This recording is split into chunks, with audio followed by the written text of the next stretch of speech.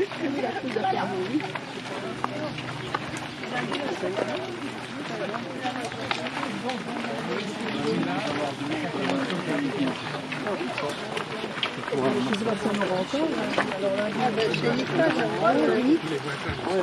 que mardi, il y avait rien?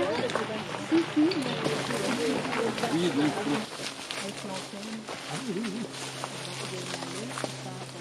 Voilà, donc, tout le monde entend, tout le monde. Voilà, donc nous sommes, ça y est, nous sommes entrés dans la forêt. Et donc, voilà, j'avais envie de m'attarder un tout petit peu sur ce que représente la forêt dans l'imaginaire. En particulier de nos enfants, par les contes. Blanche-Neige se réfugie dans la forêt, pour elle c'est un refuge. Il y a le petit pousset qui marque son chemin. Et qu'il retrouve. Voilà. Donc ça c'est l'imaginaire. Donc la forêt c'est on cherche un chemin, on suit un chemin. Ça c'est quand même important, sinon on se perd.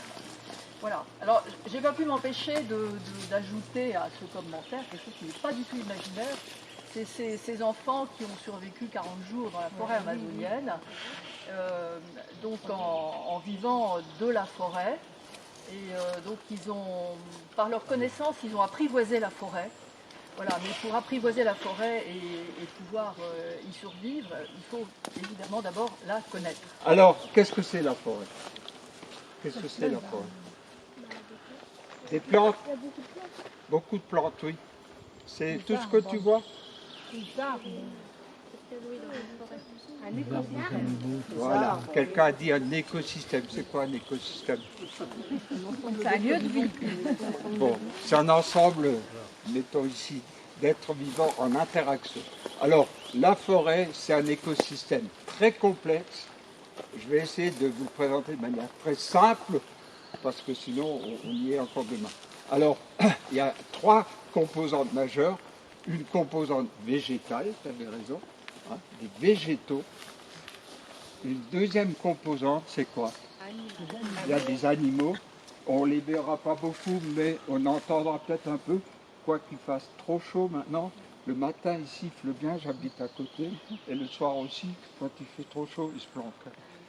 Et quelle est la troisième composante? Eh bien, le substrat, on est dessus. Indispensable, très important. Et alors vous regarderez en cheminant partout, c'est une catastrophe, les fissures qu'il y a. Bon, alors venons-en maintenant à la composition.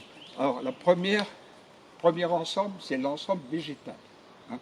Alors cet ensemble végétal, bien, la forêt, il y a 4 strates, 4 couches. Alors, ça c'est quoi? Ça. Ben, il y a les arbres. C'est quoi un arbre? C'est une plante. Une plante ligneuse. Ligneuse, ça veut dire du bois. Donc on dit une plante ligneuse qui a plus de 7 mètres de haut. Tu retiens ça. Hein, tu vois, plus de 7 mètres. Oh, il y en a des très hauts là. Hein. Ah, donc ça, c'est les arbres. Après, qu'est-ce qu'il y a? Il y a des arbustes. Ben, c'est ceux qui ont moins de 7 mètres de haut, mais également qu'une tige. Et après, il y a quoi? Il y a des arbrisseaux. On en a vu, on en verra partout. Les arbrisseaux, en général, ils n'ont pas une seule tige, mais ils sont ramifiés dès la base et ils font 3, 4 mètres, etc. Bon, ça, c'est les 3 strates ligneuses. Et puis, qu'est-ce qu'il y a encore? Ben, il y a encore des petites plantes. Il y a ce qu'on appelle la strate herbacée. Alors on verra tout au long de la promenade, on n'en verra plus trop parce que c'est très sec, mais on en reconnaîtra, je vous les indiquerai. Évangile selon saint Luc. Entré dans la ville de Jéricho, Jésus l'a traversée. Or, il y avait un homme du nom de Zachée. Il était le chef des collecteurs d'impôts et c'était quelqu'un de riche. Il cherchait à voir qui était Jésus, mais il ne le pouvait pas à cause de la foule, car il était de petite taille. Il courut donc en avant et grimpa sur un sycomore pour voir Jésus qui allait passer par là. Arrivé à cet endroit, Jésus leva les yeux et lui dit « Zachée, descends vite. Aujourd'hui, il faut que j'aille demeurer dans ta maison. » Vite, il descendit et reçut Jésus avec joie. Voyant cela, tous récriminaient. il est allé loger chez un homme qui est un pêcheur. Zachée, debout, s'adressa au Seigneur. « Voici, Seigneur, je fais don aux pauvres de la moitié de mes biens, et si j'ai fait du tort à quelqu'un, je vais lui rendre 4 fois plus. » Alors Jésus dit à son sujet, « Aujourd'hui le salut est arrivé pour cette maison, car lui aussi est un fils d'Abraham. En effet, le Fils de l'homme est venu chercher et sauver ceux qui étaient perdus. » Et voici qu'elle se met en l'argile incertaine de notre humanité. Jésus-Christ, Fils de Dieu, marche avec nous, Marie, sur nos chemins de foi. Ils sont chemin vers Dieu, ils sont chemin vers Dieu. Marche avec nous, Marie, sur nos chemins de foi. Ils sont chemin vers Dieu, ils sont chemin vers Dieu. Donc on est à notre deuxième vraie étape. On s'est arrêté là parce que d'une part vous avez peut-être remarqué qu'on descend dans un vallon. Voilà, donc un vallon qui va modifier l'écosystème. Armand va vous expliquer ça. Et d'autre part, là-bas, à 50 mètres, il y a l'entrée de galeries. Bon, des galeries qui actuellement servent à la spéléo, mais à l'origine, j'ai lu qu'elles avaient été creusées après la guerre de 1870, après l'annexion de la moitié de la Lorraine. Nancy manquait d'eau, et donc ces galeries ont été creusées pour faire citernes, il y en avait plusieurs, de façon à récupérer l'eau de pluie du plateau. Voilà. Et donc bien sûr maintenant ça ne sert plus à ça. Peut-être que ça reviendra. L'eau qui coule en bas, ville et bas, elle vient de là.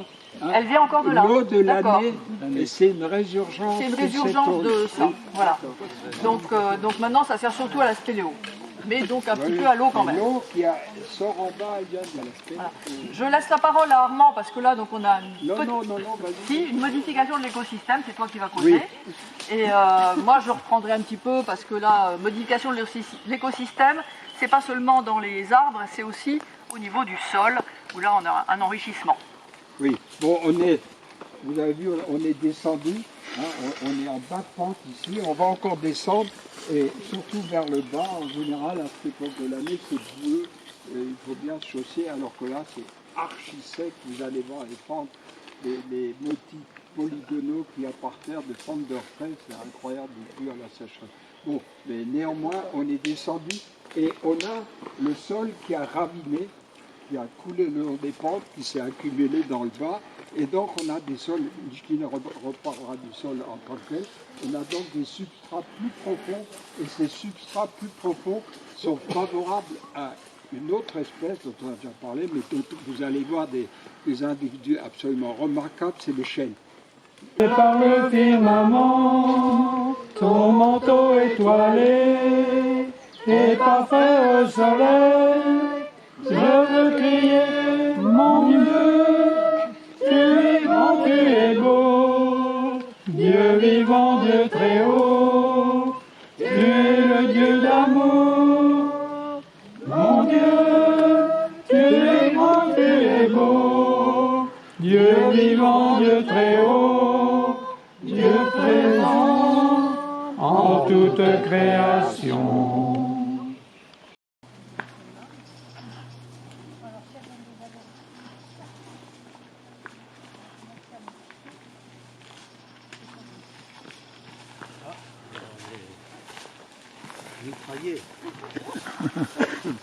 Se cache, un petit peu, chacun à la peine. Voilà. Là, c'est l'île perfide qui va bientôt faire. C'est vraiment le symbole de la vie. Mais ce n'est pas uniquement le symbole de la vie, et ce n'est pas uniquement quelque chose qu'on peut exploiter, c'est beau en soi-même.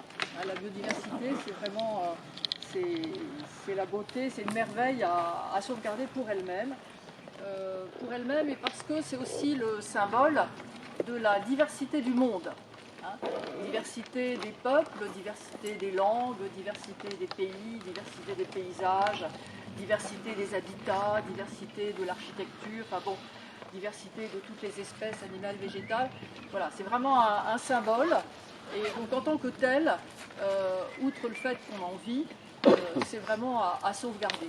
Alors, le texte biblique, un des textes qui parle le mieux de la diversité des peuples et des langues, c'est évidemment le texte de la Pentecôte. Donc on a choisi ce texte pour nous le remémorer et rappeler à quel point la diversité plaît à Dieu et qu'on doit absolument la respecter dans notre accueil de tous. Livre des Actes des Apôtres. Quand arriva le jour de la Pentecôte, au terme des 50 jours, ils se trouvaient réunis tous ensemble. Soudain, un bruit survint du ciel comme un violent coup de vent. La maison où ils étaient assis en fut remplie tout entière. Alors leur apparurent des langues qu'on aurait dites de feu, qui se partageaient, et il s'en posa une sur chacun d'eux. Tous furent remplis d'Esprit Saint, ils se mirent à parler en d'autres langues, et chacun s'exprimait selon le don de l'Esprit. Or, il y avait, résidant à Jérusalem, des Juifs religieux venant de toutes les nations sous le ciel. Lorsque ceux-ci entendirent la voix qui retentissait, ils se rassemblèrent en foule. Ils étaient en pleine confusion parce que chacun d'eux entendait dans son propre dialecte ceux qui parlaient. Dans la stupéfaction et l'émerveillement, ils disaient : « Ces gens qui parlent, ne sont-ils pas tous Galiléens ? Comment se fait-il que chacun de nous les entende dans son propre dialecte, sa langue maternelle ? » Alors, ceux qui avaient accueilli la parole de Pierre furent baptisés. Ce jour-là, environ 3000 personnes se joignirent à eux. Ils étaient assidus à l'enseignement des apôtres et à la communion fraternelle, à la fraction du pain et aux prières. Tous les croyants vivaient ensemble, et ils avaient tous en commun. Ils vendaient leurs biens et leurs possessions, et ils en partageaient le produit entre tous, en fonction des besoins de chacun. Chaque jour, d'un même cœur, ils fréquentaient assidûment le temple, ils rompaient le pain dans les maisons, ils prenaient leur repas avec allégresse et simplicité de cœur. Exulte tout l'univers, soit chanté en tout lieu, la puissance de Dieu. Dans une même allégresse, silence de joie, chante Alléluia. Par l'amour des pécheurs, la lumière est venue, elle a changé les cœurs de tous ceux qui l'ont reconnu. Heureux est l'homme qui n'entre pas au conseil des méchants, qui ne suit pas le chemin des pécheurs, ne siège pas avec ceux qui ricanent, mais se plaît dans la loi du Seigneur et murmure sa loi jour et nuit.